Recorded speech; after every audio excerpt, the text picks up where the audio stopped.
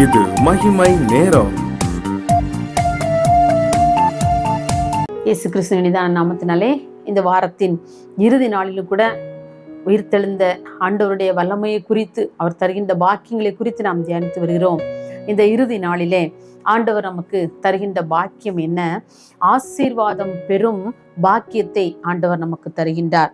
லூக்கா 24 இதை குறித்து நாம் வாசிக்கின்றோம். தம்முடைய கைகளை உயர்த்தி அவர்களை ஆசீர்வதித்தார் என்று சொல்லி நாம் பார்க்கின்றோம். பாருங்க, உயிர்த்தெழுந்த ஆண்டவர் சீஷர்களை மாத்திரமல்ல, நம்மையும் அவர் ஆசீர்வதிக்க விரும்புகின்றார். அன்றைக்கு உயிர்த்தெழுந்த ஆண்டவர் தம்முடைய கைகளை உயர்த்தி அன்றைக்கு சீஷர்களை ஆசீர்வதித்தாராம். இன்றைக்கு நம்முடைய ஆலயத்திலே நம்முடைய போதர்கள் எல்லாம் சபையின் திருச்சபையின் பிள்ளைகள் ஒவ்வொருவரையும் போதர் கைகளை உயர்த்தி அவர் ஆசீர்வதிக்கின்றார் இல்லையா? பாருங்க, அன்றைக்கு இயேசு கிறிஸ்துவும் தம்முடைய சீஷர்களை நம்முடைய கைகளை உயர்த்தி அவர்களை ஆசீர்வதித்தார் என்று சொல்லி நம்ம வேதத்திலே வாசிக்கின்றோம். அந்த உயிர்த்தெழுந்த அதே ஆண்டவர் இன்றைக்கும் நம்மையும் அவர் ஆசீர்வதிக்க அவர் வல்லமை உள்ளவராக இருக்கின்றார். இதை நாம் விசுவாசிக்க வேண்டும்.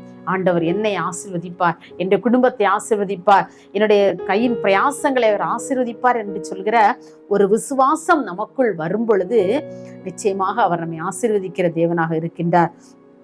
சங்கீதம் 115 வாசிக்கின்றோம், கர்த்தருக்கு பயப்படுகிற பெரியோரையும் சிறியோரையும் அவர் ஆசீர்வதிக்கிறார் என்று சொல்லி.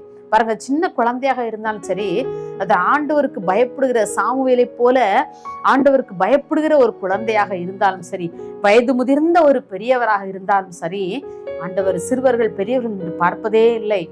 அவருக்கு பயப்படுகிற பெரியோரையும் சிறியோரையும் அவர் ஆசீர்வதிக்கிறவர் என்று சொல்லி பார்க்கிறோம். அவர் நம்மை ஆசீர்வதிப்பதற்கு அல்லது நாம் அந்த ஆசீர்வாதங்களை நாம் பெற்றுக்கொள்வதற்கு நாம் பாத்திரவான்களா இருக்கிறோமா என்பதை நாம் சிந்தித்து பார்க்க வேண்டும். ஆண்டவர் நம்மை ஆசீர்வதிக்க அவர் ஆவலோடு காத்து கொண்டிருக்கிறார். ஆனால் அந்த ஆசீர்வாதம் என்னிடத்தில் தங்குவதற்கு, அந்த ஆசீர்வாதத்தை நான் பெற்றுக்கொள்வதற்கு எனக்கு தகுதி இருக்கிறதா? நான் அதற்கு பாத்திரவானா இல்ல பாத்திரவாட்டியா நான் நடந்து கொள்கிறேனா என்று சொல்லி நம்முடைய வாழ்க்கையை ஒரு விசை கூட சீர்தூக்கி பார்க்க ஆண்டவர் அழைக்கின்றார். நீதிமொழிகள் 10 வாசிக்கிறோம், கர்த்தரின் ஆசீர்வாதமே ஐஸ்வர்யத்தை தரும், அவர் அதனோடே வேதனையை கூட்டார் என்று சொல்லி வாசிக்கிறோம். பாருங்க, ஆண்டவர் நம்மை ஆசீர்வதித்தார் என்று சொன்னால் அந்த ஆசீர்வாதத்திலே வேதனை ஒருபோதும் இருக்காது. சந்தோஷமான ஒரு நல்ல ஐஸ்வர்யமுள்ள ஒரு வாழ்வை தந்து வேதனை இல்லாத ஒரு வாழ்க்கையும் ஆண்டவர் கூடவே தருவார். ஆனால் இந்த உலகம் தரக்கூடிய ஐஸ்வர்யம், உலகம் தரக்கூடிய ஆசீர்வாதம் நமக்கு வேதனையை கொடுக்கக்கூடியதாக இருக்கும். அதிலே ஆண்டவர் கொடுக்கின்ற அந்த ஆசீர்வாதம் அதிலே வேதனை இருக்காது. ஆனால் இந்த உலகம் கொடுக்கக்கூடிய அந்த ஆசீர்வாதத்திலே பாருங்க, உலக பிரகாரமான செல்வங்கள் நம்மிடத்தில் அதிகமாக வந்து சேரும் பொழுது அது நமக்கு பயத்தை கொடுக்கிறது, கலக்கத்தை கொடுக்கிறது. ஏன்னா அதன் மூலமா நம்மளா நினைச்சு, ஒருவேளை நமக்கு திடீர்னு ஒரு பெரிய பணக்காரன் ஆயிட்டான்னு வைங்களேன், ஒரு ரொம்ப ஏழையா இருந்த ஒரு மனுஷன் ஏதோ ஒரு விதத்திலே உலக பிரகாரமாக அவன் பெரிய செல்வந்தனாக மாறிவிட்டான் என்று சொன்னால் அவனுக்கு அந்த செல்வத்தை குறித்து தானே பயம் இருக்கும். ஐயோ, என்னிடத்துல இவ்வளவு பொண்ணு இருக்குது, பொருள் இருக்குது, இதை நான் எப்படி பத்திரமாய் பாதுகாப்பது? வீட்டுல உடனே நாய் வளர்க்க ஆரம்பிச்சிருவாங்க, காம்பவுண்ட் சுவர் கட்ட ஆரம்பிச்சிருவாங்க, நாய் எல்லாம் பாருங்க. ஏன் பயம்? ஒரு வேதனை நிறைந்த ஒரு வாழ்க்கை. அந்த ஐஸ்வர்யம் பெருக பெருக பெருக அவனுடைய வாழ்க்கையிலும் வேதனைகள் பெருகி கொண்டே போறோம். இந்த வேதனையின் மூலமாக உடம்பில பலவிதமான நோய்களும் கூடவே என்ன செய்திருது, வந்துடுது. இப்போ ஐஸ்வர்யவான்களாக ஆக வேண்டும் என்று சொல்லி விரும்புகிறவர்கள் தன்னுடைய சரீரத்தை உருவ குத்துகிறார்கள் என்று சொல்லி பவுல் அப்போஸ்தலன் எழுதுகின்றார்.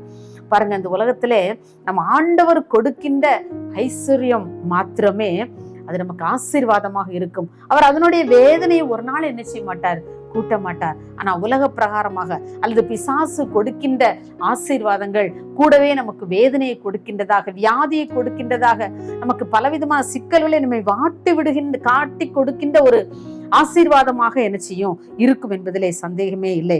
பாருங்க, இதனாலே நம்முடைய மன அமைதி, உலகம் கொடுக்கிற அந்த ஆசீர்வாதம், பிசாசு கொடுக்கின்ற அந்த ஐஸ்வர்யம் நமக்கு மன அமைதியை குலைத்து விடுகிறது. ஆனால் இயேசு கொடுக்கின்ற ஆசீர்வாதங்களோ நமக்கு நன்மையை தருவதாக, சந்தோஷத்தை கொடுக்கிறதாக, வேதனை இல்லாததாக அது இருக்கின்றது. இன்றைக்கு இப்படிப்பட்ட ஆசீர்வாதங்களைத்தான் உயிர்த்தெழுந்த ஆண்டவர் நமக்கு தர ஆயத்தமாக இருக்கின்றார். பாருங்க, இந்த ஐஸ்வர்யவான் லாசரு ஊமையை குறித்து ஆண்டவர் சொல்லுகின்றார். அந்த ஐஸ்வர்யவான் உலகத்தில் எவ்வளவோ சம்பிரமாக வாழ்ந்தான். அவனுக்கு ஒரு குறை இல்லை. ஆனா இந்த லாசரு பாருங்க, அவனுடைய படியில ஏதாவது சிந்தி விடுமா, ஏதாவது கீழே எச்சில போட மாட்டாரா, அதை நம்ம சாப்பிட்டுக்கலாமேன்னு சொல்லி ஒரு ஏக்கத்தோடு காத்திருப்பானாம்.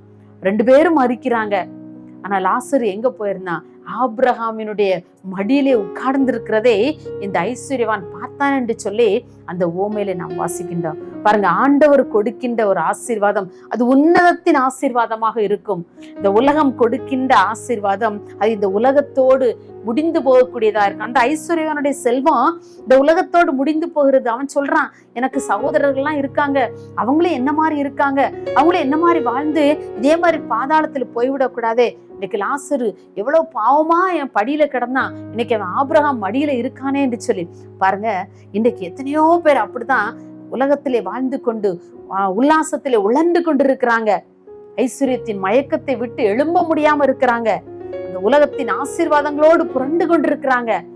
ஆனா ஆண்டவர் கொடுக்கின்ற ஆசீர்வாதம், ஆண்டவர் உயிர்த்தெழுந்த ஆண்டவர் இன்றைக்கு ஆசீர்வாதத்தை கொடுக்கிற ஒரு ஆண்டவராக நம் மத்தியில இருக்கின்றார். அவருடைய வல்லமையை நாம் புரிந்து கொண்டிருக்கிறோமா? அல்லது இன்னமும் இந்த உலகம் வேணும், உலகத்தின் ஆசீர்வாதங்கள், உலகத்தின் ஐஸ்வர்யத்தின் மயக்கம் எனக்கு வேண்டும் என்று சொல்லி இந்த உலகத்தோடு நாம் ஒட்டி கொண்டிருக்கிறோமா? நம்ம யோசித்து பார்ப்போம்.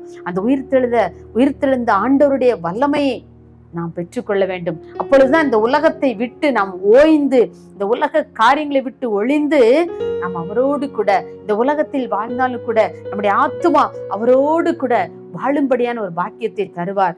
அவர் நம்மை ஆசீர்வதிக்கிற தேவனாக இருக்கின்றார். எப்படி லாசருவை அன்றைக்கு ஆபிரகாமின் மடியிலே கொண்டு போய் சேர்த்தாரோ, அதே போல நம்முடைய வாழ்க்கையிலும் உன்னதத்திற்குரிய ஆசீர்வாதங்களினாலே அவர் நம்மை நிறைக்க அவர் வல்லமை உள்ளவராக இருக்கின்றார். பாருங்க, நம்ம அழகாக பாடுகிறோம் இல்லையா? ஆபிரகாமை ஆசீர்வதித்தவர் ஆசீர்வதிப்பாரே,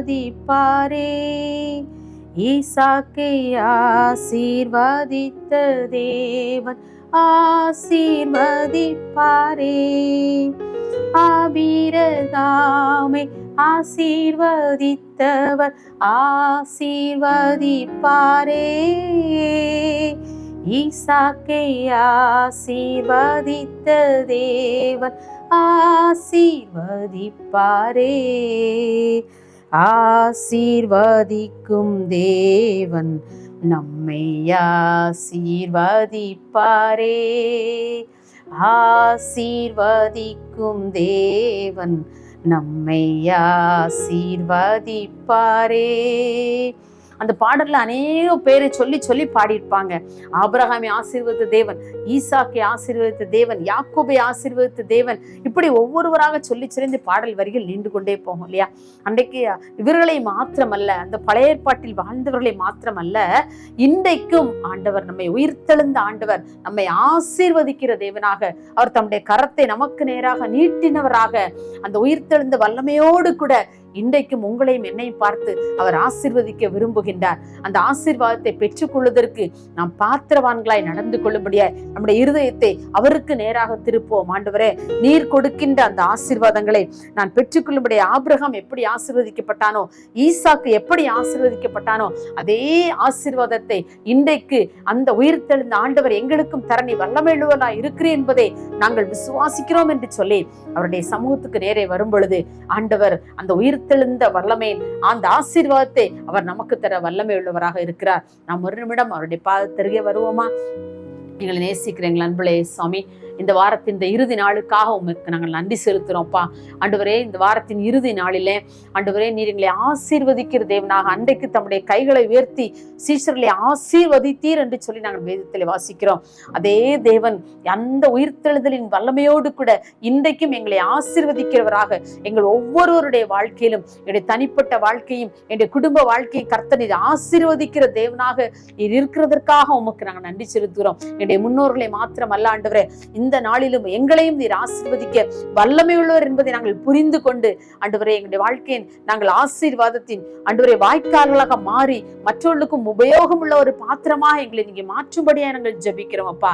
ஆண்டவரே, உங்களுடைய உயிர்த்தெழுந்த வல்லமையை நாங்கள் ஒவ்வொருவரும் இந்த நாளிலே பெற்றுக்கொண்டு மற்றவர்களுக்கு ஒரு ஆசீர்வாதத்தின் வாய்க்காலாக எங்களை நீங்க மாற்றும்படியா நாங்கள் உங்களுடைய கரத்திலே எங்களை தாழ்த்தி கொடுக்கிறோம். எல்லா துதி, எல்லா கனம், எல்லா மகிமையும் ஒருவருக்கே செலுத்துகிறோம். இயேசுவின் நாமத்தில் ஜெபிக்கிறோம் பிதாவே, ஆமேன்.